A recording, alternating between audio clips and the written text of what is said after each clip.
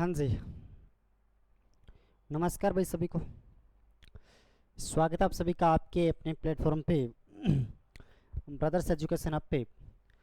तो कंटिन्यू अपने बात कर रहे थे, वो बात थी अपनी पंजाब पुलिस के क्लास के ऊपर। तो क्लास को पुनः चलते हैं, उसी सुचारू रूप से चालू करते हैं, उसी कंटिन्यूटी के साथ में आगे बढ़ते रहते हैं और आगे क्लास को चलते हैं।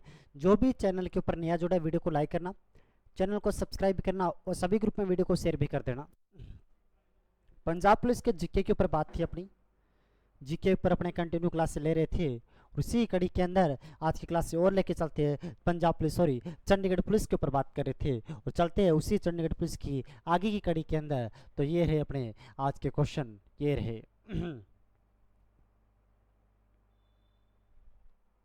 ठीक है। वीडियो को देखो, जो भी नया देख रहे हैं ना, वीडियो को लाइक करना, चैनल को सब्सक्राइब करना और सभी ग्रुप में वीडियो को शेयर भी कर देना। ठीक है, इतना सा काम जरूर करना भी, वीडियो को लाइक करना, चैनल को सब्सक्राइब करना और सभी ग्रुप में वीडियो को शेयर करना। इतना सा काम, इतना सा सपोर्ट जरूर करना। चलते हैं आगे। सबसे पहला क्वेश्चन अपना बहुत अच्छे से देखते हैं। भारत की मुख्य भूमिका अक्षांशीय विस्तार कितना है? भारत की मुख्य भूमिका अक्षांशीय विस्तार कितना पड़ता है? भारत की मुख्य भूमिका अक्षांशीय विस्तार कितना है? भारत की मुख्य भूमिका अक्षांशीय विस्तार कितना है? ये बात कर रहा, आपसे पेन दिख नहीं रहा तो चेंज कर लेते हैं। भारत की मुख्य भूमि का अक्षांशीय विस्तार कितना पड़ता है? तो ये भारत की मुख्य भूमि है, यानी कि ये भारत होता है इस प्रकार। तो भारत दक्षिण से कहां से शुरू होता है? 8 डिग्री 4 मिनट उत्तरी अक्षांश से शुरू होता है और 37 डिग्री 6 मिनट उत्तरी अक्षांश तक है।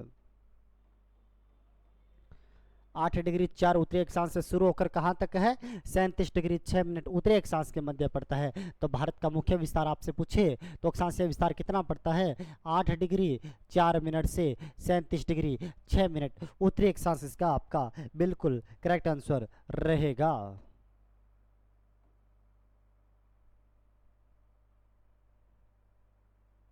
ठीक, 8 डिग्री 4 से 37 डिग्री 6 उत्तरी अक्षांश इसका करेक्ट आंसर रहेगा।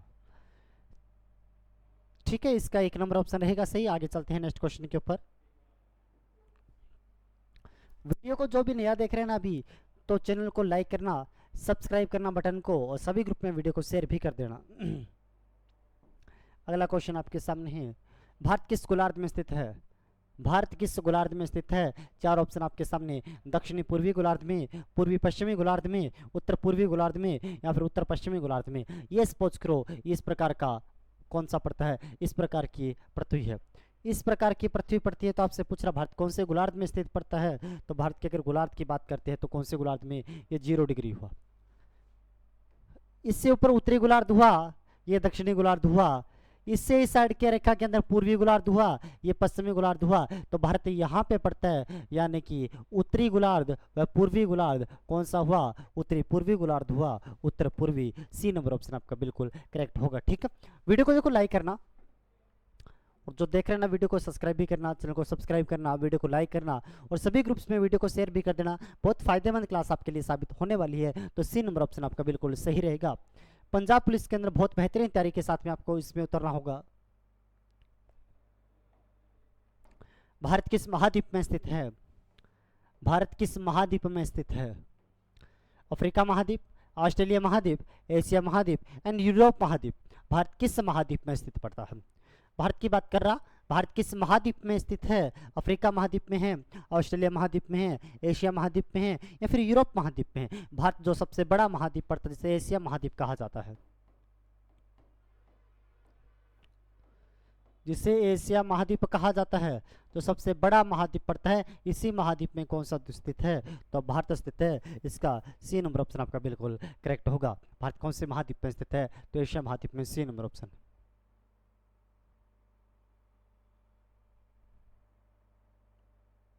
भारत क्षेत्रफल की दृष्टि से कौन से स्थान पर है? भारत क्षेत्रफल की दृष्टि से कौन से स्थान पर है? भारत क्षेत्रफल की दृष्टि से कौन से स्थान पर है? चौथे, दूसरे, पांचवें या फिर सातवें? भारत क्षेत्रफल की दृष्टि से कौन से स्थान पर पड़ता है? तो भारत क्षेत्रफल में विश्व में 7वें स्थान पे है।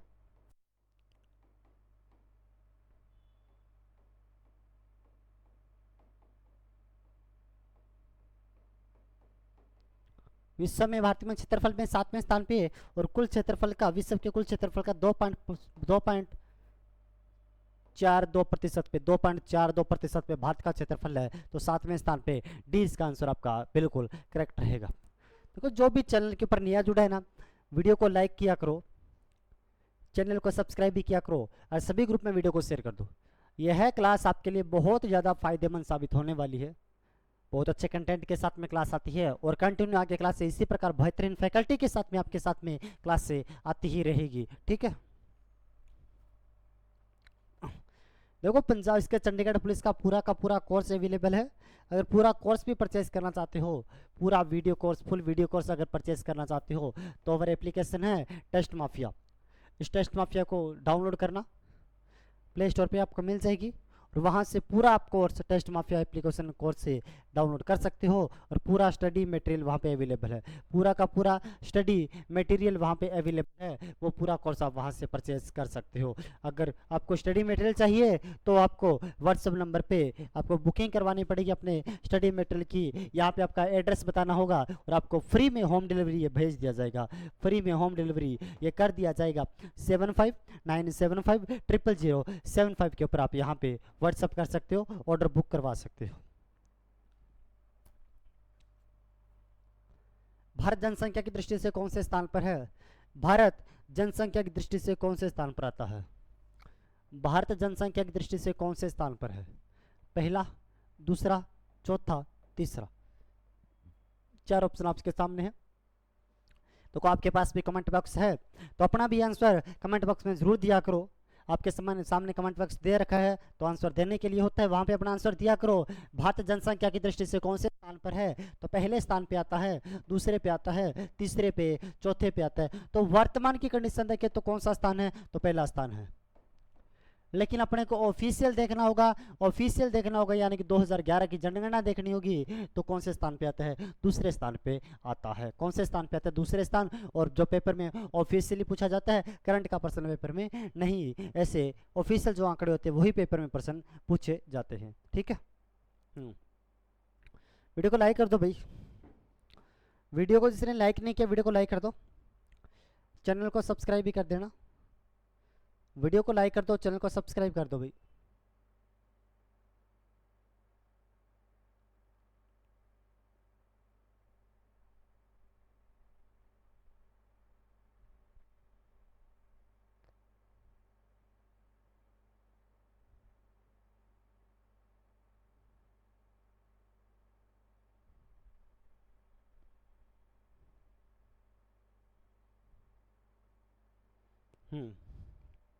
चलते हैं आगे। ठीक, 6 नंबर क्वेश्चन की तरफ बढ़े। भारत का सबसे उत्तरी बिंदु कौन सा है? भारत की बात कर रहा, भारत का सबसे उत्तरी बिंदु कौन सा पड़ता है? यानी कि ये भारत हुआ अपना, ये दक्षिणी बिंदु इसका साउथर्न पॉइंट, नॉर्थर्न पॉइंट, ये वेस्ट पॉइंट, और ये इसका कौन सा? ईस्ट पॉइंट पड़ता है। तो भारत का सबसे उत्तरी बिंदु की बात करें, यहाँ पे कौन सा बिंदु पड़ता है? इसे इंदिरा कोल कहा जाता है। कौन सा कोल? इंदिरा कोल कहा जाता है, जो कि लद्दाख के अंदर पड़ता है। इसका डी नंबर ऑप्शन आपका इसका बिल्कुल सही होगा। और यहाँ पे कौन सा अक्षांश पड़ता है? 37 डिग्री 6 मिनट पूर्वी उत्तरी अक्षांश पड़ता है। ठीक है, ये डी नंबर ऑप्शन आपका इसका बिल्कुल सही रहेगा। वीडियो को लाइक कर दो भाई, साथ साथ में वीडियो को लाइक कर दिया करो। भारत के पास विश्व के कुल क्षेत्रफल का कितना प्रतिशत है? भारत के पास विश्व के कुल क्षेत्रफल का कितना प्रतिशत है? भारत के पास विश्व के कुल क्षेत्रफल का कितना प्रतिशत है? 2.5% है, 2.42% है, 3.4, 2.6% है। तो भारत का क्षेत्रफल विश्व के कुल क्षेत्रफल का 2.42% है। 7वें स्थान पर रहता है। 7वें स्थान पे सबसे बड़ा तो रूस पड़ता है, छोटा तो वेटिकन सिटी पड़ता है। भारत का तो स्थान 7वां पड़ता है। तो 2.42% पे बी नंबर ऑप्शन आपका इसका बिल्कुल सही रहेगा। 7 का बी नंबर ऑप्शन आपका बिल्कुल सही रहेगा।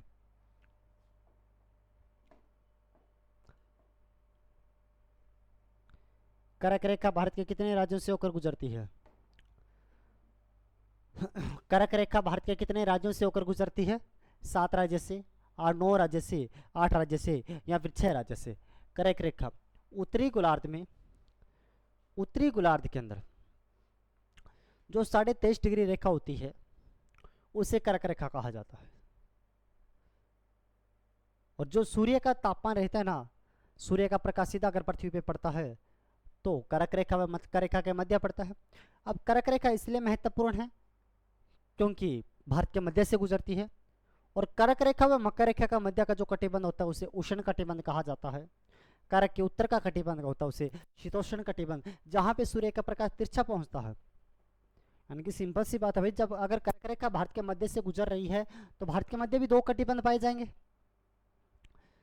कर्क रेखा के दक्षिण में उष्ण कटिबंध, जहां पे सूर्य का प्रकाश सीधा पड़ेगा, और जहां पे सूर्य का प्रकाश तिरछा पड़ेगा तो शीतोष्ण कटिबंध कहेंगे।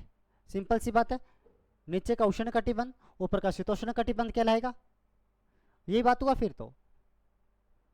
इसलिए भारत को दो कटिबंध में बांटने वाली कोई रेखा कहलाती है, उसे कौन सी रेखा? कर्क रेखा कहा जाता है। और यही कर्क रेखा है जो भारत के 8 राज्यों से होकर गुजरती है। आपसे पूछा जा सकता है इसमें से 8 में से कौन सा शामिल नहीं है, इसमें से 8 में से कौन सा शामिल नहीं है, आपसे ये पूछा जा सकता है। ठीक है, हाँ, इसमें से कौन सा शामिल नहीं है आपसे ये पूछा जा सकता है। तो आपको मैं राज्य लिखवा देता हूँ, 8 कौन कौन से है। गुजरात,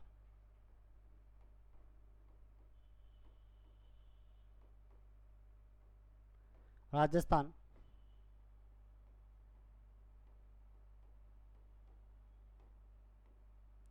मध्य प्रदेश,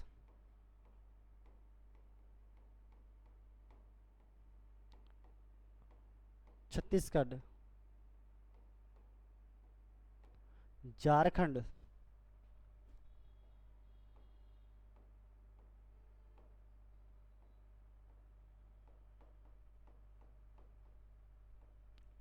पश्चिम बंगाल,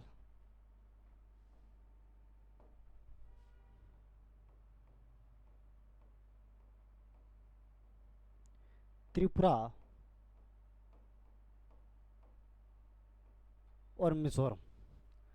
इतने राज्य पड़ते हैं इसके ऊपर, कर्क रेखा के ऊपर भारत के। ठीक है, तो 8 राज्य हुए, तो इसका सी नंबर ऑप्शन आपका बिल्कुल सही रहेगा। आगे चलते हैं। बिल्कुल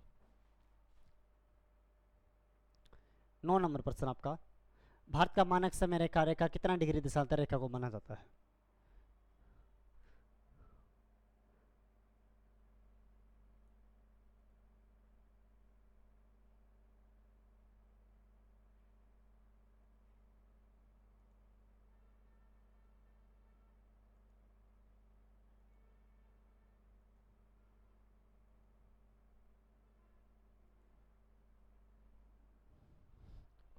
भारत की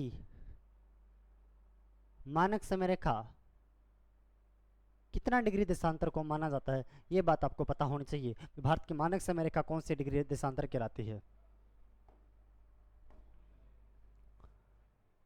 भारत की मानक समय रेखा कितना डिग्री देशांतर रेखा को माना जाता है? सपोज करो ये मध्य से 0 डिग्री,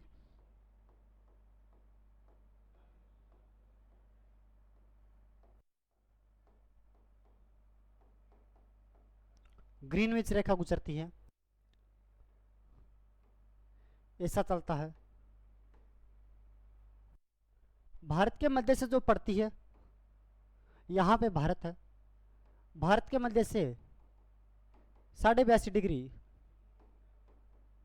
पूर्वी देशांतर रेखा गुजरती है।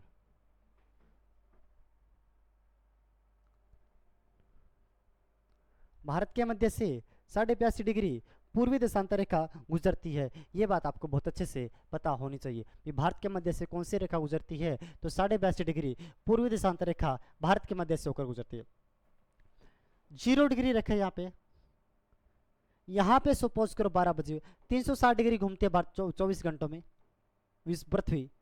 1 घंटे में 15 डिग्री घुमा, 1 घंटे में 60 मिनट होते हैं, यानी कि पृथ्वी 1 डिग्री घूमने में 4 मिनट का समय लगता है। 1 डिग्री को घूमने में 4 मिनट का समय लगता है। भारत के मध्य से 82.5 रेखा गुजरती है, तो 82.5 घूमने में 82.5 इंटू में 4 करूंगा तो 330 निकल के आता है। और 330 की बात करता हूँ तो 5.5 घंटे निकल के आता है।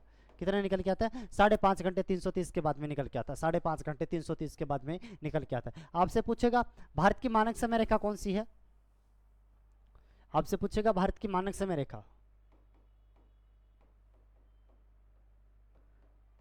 तो आप बोलना 82.5 डिग्री पूर्वी देशांतर रेखा को भारत की मानक समय रेखा बोलते हैं। या फिर अगला प्रश्न पूछा जाएगा, भारत का समय या फिर भारत का प्रमाणिक समय ग्रीनविच रेखा से कितना घंटे आगे है, तो प्लस में 5.5 कर देना। ये पूरा आपको सिस्टम बता दिया कैसे 5.5 करना है, ठीक है। इसका कौन सा होगा 82.5 डिग्री पूर्वी देशांतर, यानी कि डी नंबर ऑप्शन आपका इसका बिल्कुल करेक्ट रहेगा। आगे चलते हैं। भारत की तटीय सीमा कितने किलोमीटर लंबी है? भारत की जो तटीय सीमा पड़ती है वो कितने किलोमीटर लंबी है? यानी कि एक साइड में अरब सागर लगता है, एक साइड में बंगाल की खाड़ी लगती है यहाँ पे, और यहाँ से बात कर रहा है यहाँ से लेकर 9 राज्य जो तटीय सीमा बनाते हैं भारत के, कितने किलोमीटर लंबी है ये? यहाँ पे मुख्य भूमि की तो 6100 किलोमीटर है। अगर मैं द्वीपों को इनको काउंट कर लेता हूँ तो ये 7516 किलोमीटर हो जाती है। तो 7516 इसका एक नंबर ऑप्शन आपका बिल्कुल करेक्ट रहेगा। तो क्या होगा 7516। लेकिन अगर मुख्य भूमि देखे पूछता तो आपको क्या करना होता है? 6100 किलोमीटर करना होता भाई, क्योंकि अभी आपको कुल की बात कर रहा, और कुल के अंदर लक्षद्वीप भी शामिल हो जाता है, अंडमान निकोबार भी शामिल हो जाता है, ठीक है। तो 7516 रहेगा 10 का 11। वर्तमान भारत में कितने राज्य व केंद्र शासित प्रदेश है? ये प्रश्न भी काफी बार पूछ लिया जाता है एग्जाम के अंदर, सिंपल सा लगता होगा आपको, लेकिन बहुत ही इंपॉर्टेंट प्रश्न होता है ऐसा। वर्तमान भारत में कितने राज्य व केंद्र शासित प्रदेश है? तो कितने राज्य? 28 राज्य व 8 केंद्र शासित प्रदेश है। क्योंकि कभी समय में 29 हुआ करते थे, 29वें राज्य को राज्य का दर्जा समाप्त करके उसे 2 यूटी में चेंज कर दिया गया, फिर 9 यूटी बने और फिर 2 यूटी को आपस में मिक्स कर दिया गया, तो वर्तमान में 8 यूटी है। 28 राज्य और 8 यूटी अपने को देखने को मिलते हैं, यानी कि बी नंबर ऑप्शन आपका इसका बिल्कुल करेक्ट रहेगा, ठीक है। आगे चलते हैं।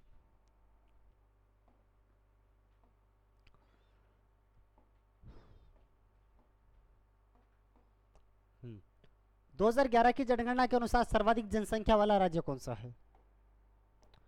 2011 की जनगणना के अनुसार देखो, हमेशा पेपर में ऑफिशियल जनगणना होती है 2011 का हुआ, 2001 का हुआ, या फिर 2021 का आने वाली है, यही आंकड़े पूछेगा। 20 के आंकड़े मत याद किया करो, यही पूछेगा आपसे। 2011 की जनगणना के अनुसार सर्वाधिक जनसंख्या वाला राज्य कौन सा पड़ता है? तो सर्वाधिक जो जनसंख्या पड़ती है उत्तर प्रदेश के, बी नंबर ऑप्शन। यानी कि सर्वाधिक कहाँ की जनसंख्या है? उत्तर प्रदेश की। 2011 की जनगणना के अनुसार उत्तर प्रदेश की कुल जनसंख्या 19 करोड़ है। कितनी जनसंख्या भाई? 19 करोड़ है। कौन सी जनसंख्या के हिसाब से? तो कौन सी जनसंख्या कहूँ? 2011 की जनगणना के अनुसार बताता हूँ मैं आपको। और सबसे कम किसकी देखने को मिलती है? सिक्किम की देखने को मिलती है। सबसे कम सिक्किम की है और सर्वाधिक किसकी है? उत्तर प्रदेश की जनसंख्या है। तो बी नंबर ऑप्शन आपका इसका बिल्कुल सही रहेगा। आगे चलते हैं। तो वीडियो को जिसने लाइक नहीं किया, वीडियो को शेयर भी कर देना साथ में, और सभी ग्रुप में वीडियो को शेयर कर देना भाई। जिसने चैनल के ऊपर पहली बार आया है वो चैनल को लाइक भी कर देना, सब्सक्राइब भी कर देना बटन को, और साथ में बेल आइकन है उसको भी दबा देना। 2011 की जनगणना के अनुसार न्यूनतम जनसंख्या वाला राज्य कौन सा है? सबसे कम जनसंख्या अभी बता दिया आपको, सर्वाधिक तो उत्तर प्रदेश में है, और सबसे कम की बात करता तो कहां पे देखने को मिलती है? सिक्किम के अंदर। सर्वाधिक उत्तर प्रदेश में और सबसे कम सिक्किम के अंदर देखने को मिलती है। तो 14 का सी नंबर ऑप्शन आपका बिल्कुल सही रहेगा। सबसे कम कहाँ पे देखने को मिलती है? सिक्किम राज्य के अंदर सबसे कम जनसंख्या आपको देखने को मिलती है। तो सी नंबर ऑप्शन आपका बिल्कुल सही रहेगा।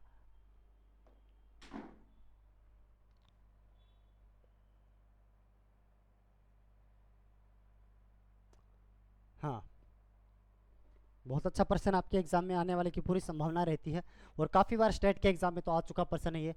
भारत की स्थलीय सीमा की कुल लंबाई कितनी है? यानी कि ये भारत है, तो भारत की पूरी स्थलीय सीमा, यहाँ पे इस बाउंड्री की बात कर रहा, न वो इसकी तटीय की बात कर रहा, ना इसकी सिर्फ वो स्थलीय सीमा की बात कर रहा, यहाँ से गुजरात से लेकर और पश्चिम बंगाल तक, यहाँ तक की बात कर रहा, यहाँ इसकी लंबाई कितनी पड़ती है? तो कितनी है? 15,200 किलोमीटर पड़ती है। तटीय सीमा की बात करें तो कितनी है भाई? 6100 किलोमीटर है मुख्य भूमि की, तो वैसे 7516 किलोमीटर है, और यहाँ की बात करता हूँ तो 15,200 किलोमीटर पड़ती है। टोटल की बात करता हूँ भारत की बाउंड्री सीमा की लंबाई 22,716.6 किलोमीटर पड़ती है। 22,716.6 किलोमीटर भारत की टोटल सीमा की लंबाई पड़ती है, ठीक है। आगे चलते हैं।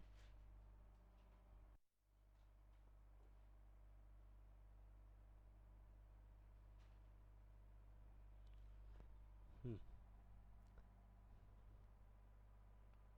और बता दूं मैं, पूरा का पूरा अगर चंडीगढ़ पुलिस का आप कोर्स लेना चाहते हो तो पूरा का पूरा कोर्स अवेलेबल है, पूरा का पूरा कोर्स अवेलेबल है। आप एप्लीकेशन टेस्ट माफिया, आपको डिस्क्रिप्शन में इसका लिंक मिल जाएगा, वहाँ से आप ले सकते हो। और अगर स्टडी मटेरियल भी आप साथ में लेना चाहते हो तो वो भी आप यहाँ से अपना ऑर्डर बुक करवा सकते हो। ये व्हाट्सअप रहा, इसके ऊपर आप अपना वो ऑर्डर बुक करवा सकते हो। और आपको वर्तमान में भारी डिस्काउंट है इसके ऊपर। जो चंडीगढ़ पुलिस की बात करते हैं, इस चंडीगढ़ पुलिस के ऊपर कोर्स के ऊपर बहुत अच्छी फैकल्टी के द्वारा इसको कोर्स को करवाया गया है और काफ़ी अच्छा इसके ऊपर वर्तमान में डिस्काउंट है। तो टेस्ट माफिया को आप डाउनलोड कर लेना, या फिर वरना आपको डिस्क्रिप्शन में इसका लिंक मिल जाएगा, वहाँ से आप कोर्स परचेज कर सकते हो। और स्टडी मटेरियल भी मंगवाना चाहते हो तो बिल्कुल फ्री होम डिलीवरी में किया जाएगा। और आपको इस पर बुक करवाना होगा, अपना एड्रेस बताना होगा, और आपके घर पे 1 या फिर 2 दिनों के अंदर भेज दिया जाएगा। ठीक है, तो आज की क्लास आपकी इतनी रहेगी। अगर वीडियो अच्छी लगे तो वीडियो को लाइक करना, चैनल को अभी भी सब्सक्राइब नहीं किया तो सब्सक्राइब भी कर देना, और वीडियो को शेयर भी करना। तो मिलते हैं अपने नेक्स्ट क्लास के अंदर। थैंक यू वेरी मच, धन्यवाद।